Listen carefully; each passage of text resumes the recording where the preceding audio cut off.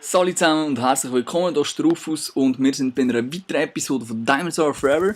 Heute nehmen wir mal die PDW 57 unter die Lupe und ich werde es jetzt einfach PDW nennen, weil ja, ist einfacher halt. Geht ein bisschen schneller und wir kommen dann gerade mal zu der Statistik.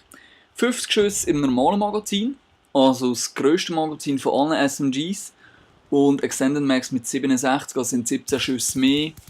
Ich persönlich habe sie jetzt nie mit Extended Max gespielt, wenn es mich nicht täuscht. Es sind jetzt auch schon wieder einige Monate, wo das Game draussen ist, aber theoretisch gesehen kein Grund, um es mit Extended Max zu spielen. Auch eigentlich im Bodenkrieg oder Bodenangriff nicht mit 9 gegen 9, weil ja, also 50 Schüsse sind eigentlich schon noch viel und wenn dann gerade mal 4 Gegner kommen, sind es immerhin noch 12 Schüsse pro Person, wenn wir jetzt perfekt treffen natürlich. Ja, also es ist auf jeden Fall ein sehr grosses Magazin, darum auch relativ gut zu vergleichen mit P90 von Modern Warfare 3. Darum habe ich am Anfang die PDW auch sehr gerne gehabt. Einfach vom grossen Magazin her, das habe ich durchaus sehr gerne. Zu der Feuerrate hat sie die zweite die langsamste eigentlich mit der MSMC zusammen. Bei 720 Rounds per Minute. Ist immer noch relativ schnell, wenn man es mit der Sturmgewehr vergleicht und so. Also die M27 schießt genau gleich schnell. Man kann sie natürlich auch mit Rapid Fire spielen, da ist man bei 900 Rounds per Minute.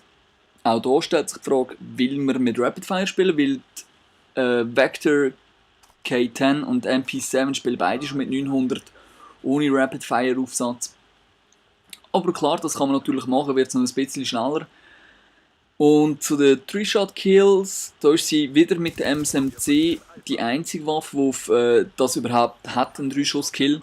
Und zwar auf 34 Meter, ist jetzt nicht wahnsinnig weit weg, aber ja, ist gar nicht so schlecht. Dann machen wir hier statt jetzt jeden einzeln weiter, also 14, 15 und so. Nehmen wir mal den 5, der ist bei 111 Meter, ist relativ weit und dann 6 Schuss sind auf 9900, also unendlich. Und da kommen wir zum Hip Spread, der ist sehr gering, also das heisst, man kann sehr gut mit dieser Waffe aus den Hüften schiessen. Movement Speed, also Geschwindigkeit, die man sich bewegen kann, ist bei 100% wie bei allen SMGs. Was bei der PDW noch ein bisschen speziell ist, wenn man so will, ist der Reload, der ist mit 2,39, also, oder sehe ich es richtig? Nein, ich glaube 2,5, Entschuldigung, ist bei 3 Sekunden, ist mit Abstand der langsamste, aber man kann da natürlich, wenn man 50 Schuss zur Verfügung hat, sich glaube relativ gut einteilen, wenn man mal schnell Zeit hat, um 3 Sekunden schnell nachladen. Das geht eigentlich relativ gut. Und die Waffe hat ja einen ganz grossen Change erlebt, also sie ist genervt worden, sprich sie ist schlechter gemacht worden. Und zwar ist der Rückstoß vergrößert worden. Das heisst, dass wenn ihr mit dieser Waffe gespielt habt, werdet ihr den Unterschied gemerkt haben. Ab dem 12. März ist das, wenn es mich nicht täuscht. Genau, am 12. März ist der Patch rausgekommen, der sie eben schlechter gemacht hat. Und ganz leicht verändert haben sie den Hip Spread auch noch. Ich muss aber immer noch sagen, ich finde ihn immer noch ziemlich gut. Also man kann immer noch relativ gut von der Hüfte sprayen. Vielleicht nicht ganz so extrem gut wie Anfang.